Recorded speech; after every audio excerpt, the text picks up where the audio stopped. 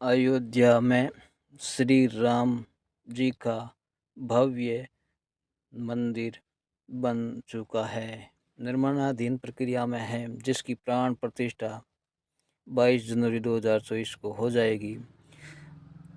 इस अवसर पर पूरे भारतवर्ष में राम महोत्सव कार्यक्रम आयोजित किए जा रहे हैं।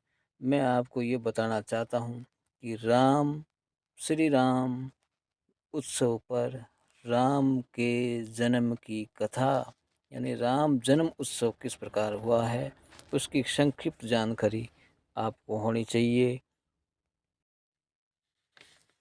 त्रेता युग में इक्ष्वाकु, दिलीप, भागीरथ, रघु, हरिश्चंद्र आदि राजाओं की वंश परंपरा में दशरथ नाम के राजा हुए थे। ये सूर्यवंशी राजा थे। दशरथ की मित्रता देवराज इंद्र से थी। देवताओं और असुरों में जब युद्ध हुआ था, देवासुर संग्राम के नाम से युद्ध हुआ था, उसमें दशरथ ने देवताओं का साथ देकर के उनको विजयी बनाया था। तो देवताओं का मित्र और इस मिथिला नगरी के राजा दशरथ के कोई संतान नहीं थी, तो उनको इस बात की चिंता थी कि तीन रानियां होने के बावजूद भी संतान नहीं है। राजा दशरथ की 3 रानियां थी। बड़ी रानी कौशल्या, कैकेयी, सुमित्रा। तो राजा ने अपने कुल ऋषि से सलाह किया।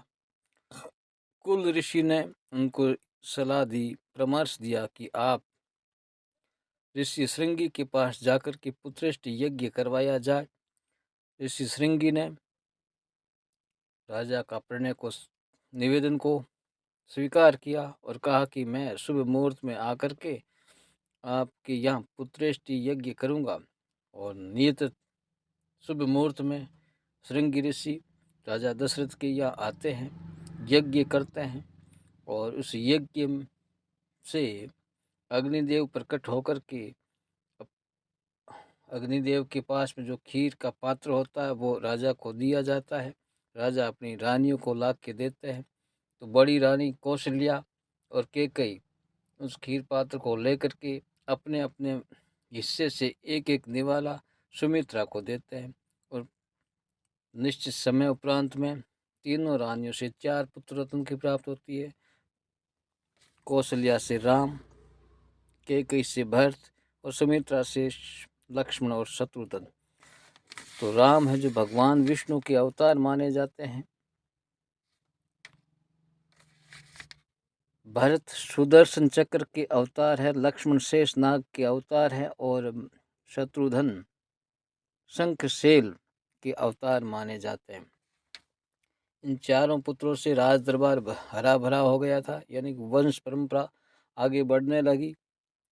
चारों को है जो अलग अलग प्रतीक माने जाते हैं, यानी 4 पुत्र 4 पुरुषार्थ माने गए हैं। सबसे बड़ा पुत्र राम धर्म का प्रतीक माना जाता है। भरत है जो मोक्ष का प्रतीक माना जाता है।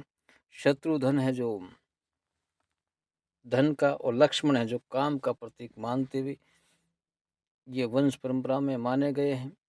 और ऋषि तो इस तरह से राम जन्म उत्सव हुआ है नगरी में। अयोध्या नगरी के अंदर राम जन्म उत्सव मनाया गया है। वैसा ही शुभ अवसर अब हुआ है, राम मंदिर बना है, राम का प्रवेश उत्सव हो रहा है।